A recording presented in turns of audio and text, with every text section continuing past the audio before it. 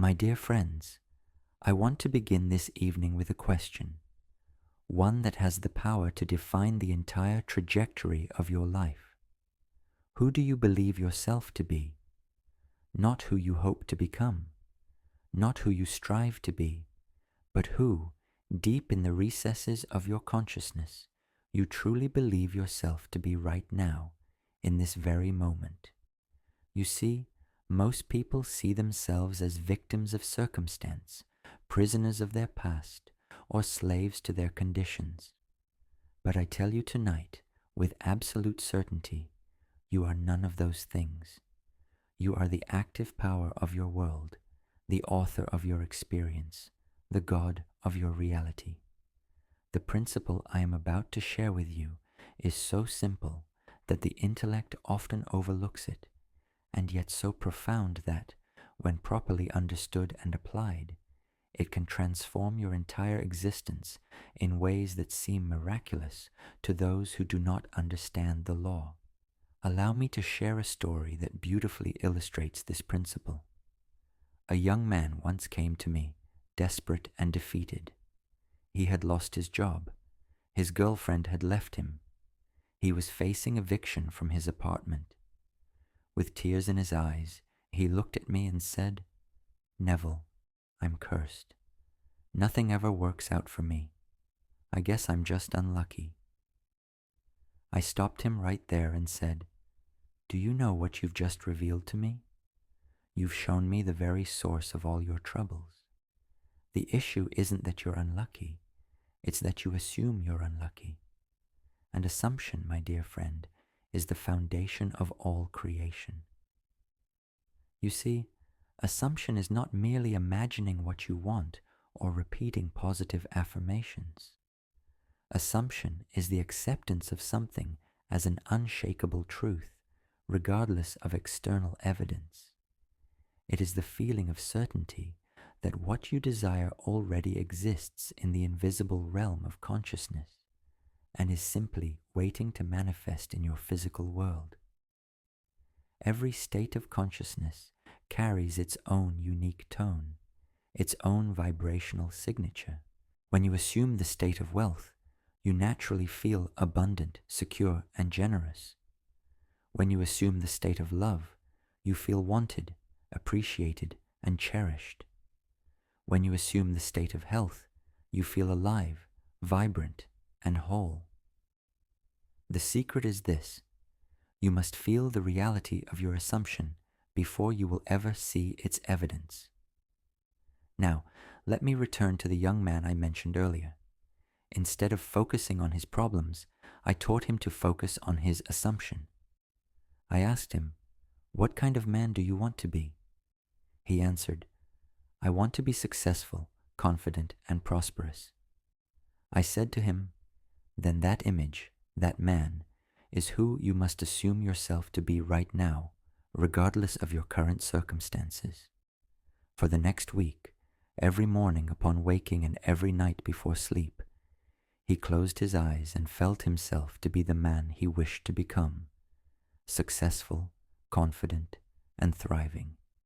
He imagined himself walking into his office, signing important contracts, depositing large checks at the bank. But above all, he felt the naturalness of being that man. And here is what happened. Within 10 days, a former colleague contacted him about a new business opportunity. Within 3 weeks, he landed his first client. Within 2 months, he moved into a beautiful new apartment. And within 4 months, he was running his own consulting firm, earning more money than ever before in his life. Was it luck? Was it coincidence? Of course not. It was the law of assumption in perfect action.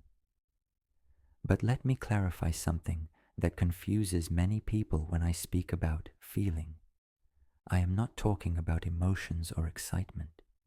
I am speaking of a deep inner conviction, the quiet sense of naturalness that comes from sincerely accepting something as already accomplished. Think of it this way. How do you feel about your own name?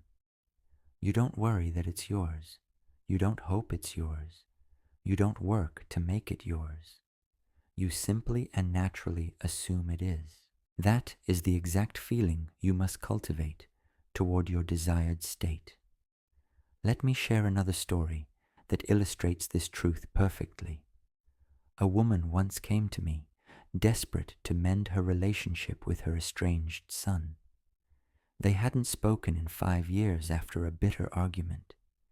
She had tried everything: letters, phone calls, reaching out through other family members, but nothing worked.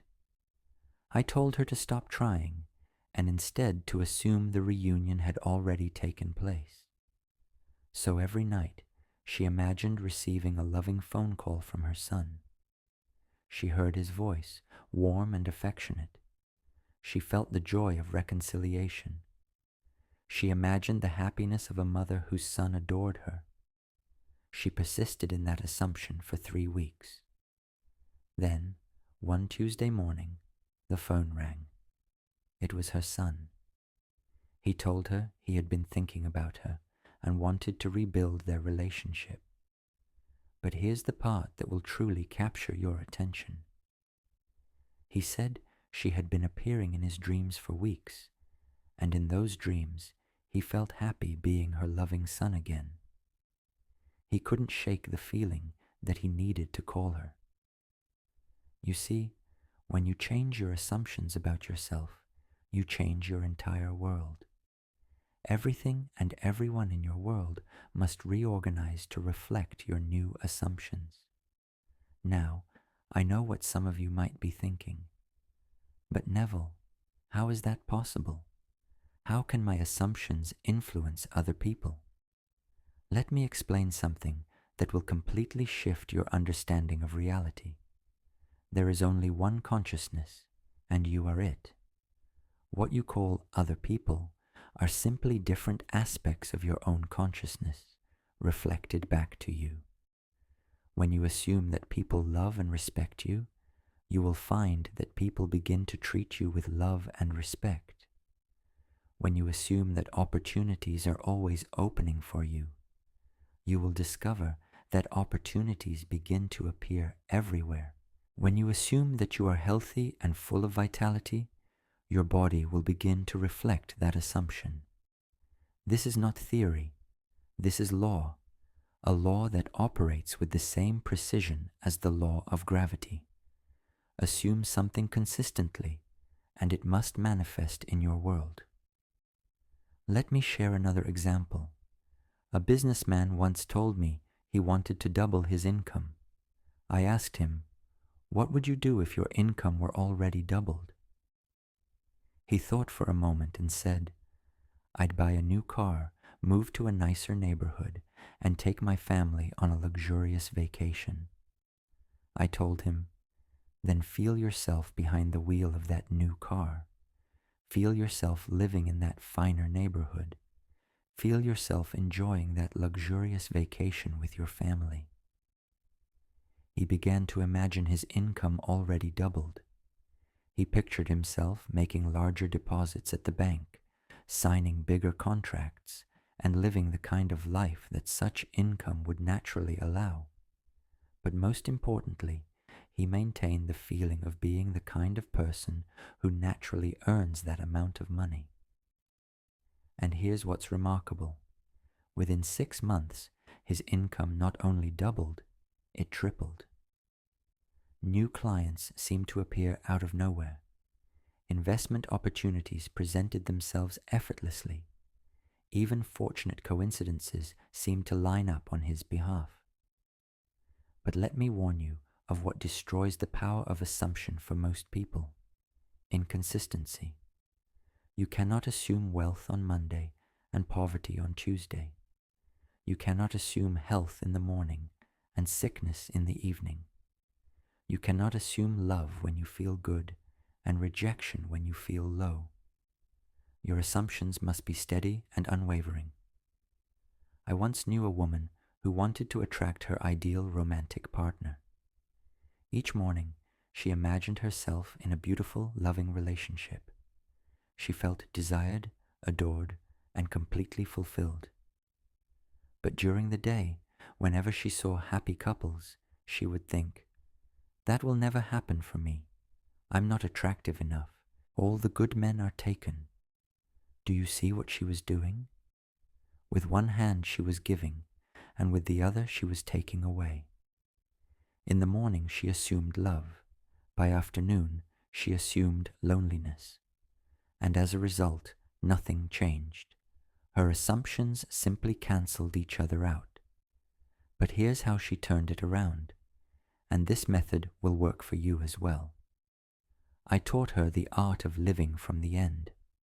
Instead of thinking about her desire, she learned to think from her fulfilled desire. Instead of hoping for love, she began to assume that she was already loved. Every time she caught herself thinking of lack or loneliness, she would immediately shift her attention back to the feeling of already being in a perfect relationship. She would ask herself, "How would I think if I were already loved? How would I behave if I were already in an ideal relationship?"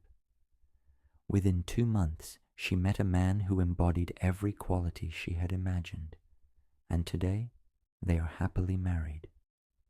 Now let me share with you the most revolutionary truth you will ever hear. You already are the person you wish to be in the infinite realm of consciousness. Every possible version of you already exists. There is a version of you who is wealthy, one who is healthy, one who is loved, one who is successful. Your task is not to create these versions. They already exist. Your task is to accept the feeling of being that version of yourself. Think of consciousness as a vast wardrobe filled with an infinite number of garments. Each garment represents a different state of being. Right now, you are wearing the clothing of your current state. If you wish to experience a different reality, you don't need to make a new outfit. You simply change what you are wearing. Change your assumptions. The wealthy version of you is not someone you must become in the future. It exists right now, in this very moment, in the kingdom of pure potential. When you accept the feeling of being that wealthy person, you literally step into that version of yourself. Let me give you a practical technique for doing this. Close your eyes right now and imagine that you already are everything you wish to be. Do not think about how or when it will happen. Simply assume that you are already there. Feel the satisfaction of your goals fulfilled. Feel the joy of being the person you have always wanted to be. Feel the peace that comes from knowing that all your desires are already realized. That feeling is your prayer. That feeling is your creative power. That is how you change your world. I know some of you are thinking, "That sounds wonderful, but how do I maintain this assumption when my outer circumstances seem to contradict it?" Here lies the great secret. You must learn to live by your inner conviction, not by your outer evidence. Your senses will tell you that nothing has changed. Your bank account may show the same numbers. Your mirror may reflect the same face. Your relationships may appear unchanged. But you must persist in your assumption despite the evidence of your senses. Remember, your senses only show you the past, the results of your previous assumptions. They cannot show you the future, the results of your new assumption, because that future has not yet been expressed in form. What you see now is simply what you once believed. This is why it takes faith to live by assumption rather than by sight. Faith is the willingness to stand firm in your inner conviction, even when every external appearance seems to deny it. Now let me share a technique that will help you sustain your assumption whenever you encounter evidence that contradicts it. Instead of reacting to what you see, revise it. If you desire wealth but receive a bill you cannot pay, Don't accept that experience as final. Revise it in your imagination. See yourself easily paying that bill. Feel the satisfaction of financial abundance. If you desire health but feel symptoms of illness, again, do not accept that experience. Immediately revise it. Imagine yourself feeling vibrant and energetic. Feel the joy of perfect health. This is not denial or self-deception. It is the technique of revision. You are not pretending that unwanted circumstances do not exist. You are rewriting them in the only place where true change can occur, in consciousness itself. And now, let me reveal the greatest secret, one understood by very few. The person you believe yourself to be is not merely who you are becoming. It is who you have always been. Your true self is not limited by your past, your circumstances, or your conditions. Your true self is infinite consciousness, boundless, eternal, capable of assuming any state, experiencing any reality, and becoming anyone. When you accept a new state, you are not becoming someone else. You are revealing the self you truly are, beneath all the false assumptions you once held about yourself. The confident, successful, loved, healthy, prosperous person you long to be is not a stranger. It is your real self. That self has always existed, waiting patiently beneath the layers of limitation and doubt. So how do we move from theory to transformation? How do we translate these eternal principles into daily life, into the conversations we have, the work we do, the way we wake up in the morning and go to sleep at night? Let me show you a simple, practical process, the same process I have used and taught for years. It has changed countless lives, and it will change yours if you commit to it fully. Step 1. Define your desire clearly. Be honest with yourself. What do you truly want? Not what others expect from you, not what seems realistic or practical, but what your heart truly longs for. The moment you define your desire with sincerity, you give direction to your creative power. Step 2. Create a simple imaginal scene that implies your desire is already fulfilled. It doesn't have to be complicated. In fact, the simpler the scene, the more effective it becomes. Suppose your desire is for financial freedom. You might imagine yourself holding a bank statement that shows a large balance. Or imagine a friend congratulating you, saying, "I'm so proud of how well you're doing." If your desire is for love, you might imagine your partner's hand in yours, or a wedding ring on your finger, or simply hearing someone say, "I love you." If your desire is for health, you might imagine yourself running freely, breathing deeply, feeling strong and full of life. The key is not the details of the scene, but the feeling the scene evokes. Step 3. Enter into that scene as though it were happening right now. Close your eyes, quiet your mind. Step into that inner world as you would step into a vivid dream. Don't see yourself as a distant observer. Feel yourself inside the scene. Touch it, breathe it, hear it. Feel the emotion of fulfillment. When the feeling becomes real, when it feels natural, the work is done. You have planted the seed in consciousness. Step 4. Persist. This is where most people falter. They imagine once or twice, and when nothing changes overnight, they give up. But consciousness works through persistence, not impatience. A seed does not sprout the instant it is planted. You must give it time, and you must not dig it up every morning to see if it's growing. Continue to water it with feeling, not effort, but quiet conviction. Each night before you fall asleep, return to that imaginal scene.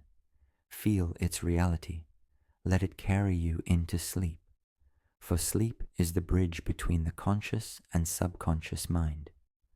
Whatever feeling you take with you into sleep impresses itself upon the deeper layers of your being, and from there it begins to shape your waking world. So make your last thought before sleep the assumption of your fulfilled desire. Sleep in the feeling of the wish fulfilled, and you will awaken to its physical manifestation. Now, let us go deeper still. There is a stage in this journey where you stop asking, when will it happen, and begin to realize it already has. When you truly feel that your desire is already accomplished, time itself begins to rearrange to meet your assumption. You begin to notice coincidences, alignments, and opportunities that would have seemed impossible before. These are not miracles in the sense of breaking the laws of nature. They are the laws of nature rightly understood. And this brings us to one of the most empowering realizations a human being can have. Nothing comes to you by accident. Every person you meet, every event that unfolds, every situation you find yourself in, all of it is the reflection of your state of consciousness. If you do not like what you are experiencing, you must change your state, not by force, not by external struggle, but by inner assumption. I once knew a man who constantly complained that people were rude to him. Everywhere I go, he said, people are disrespectful and cold. I told him, you are not encountering rude people. You are encountering the reflection of your own assumption that people are rude. So I asked him to spend 1 week assuming that everyone he met was kind, considerate, and helpful. At first, he resisted. He said, that's not true. People aren't like that. I said, that's exactly the point. They appear that way because you assume they are. He agreed to try. For 7 days, he walked around quietly affirming within himself, everyone I meet is friendly and kind. Everywhere I go, people treat me with respect. Within days, his experience began to shift. Strangers smiled at him. Waiters were attentive. His co-workers were cooperative. He said to me, Neville, it's like people have changed overnight. I smiled and said, no, my friend, you changed overnight, and the world only mirrored it back to you. When you grasp this truth, you will never again see yourself as a victim of circumstances. You will know that you are the master of your inner world, and therefore the creator of your outer one.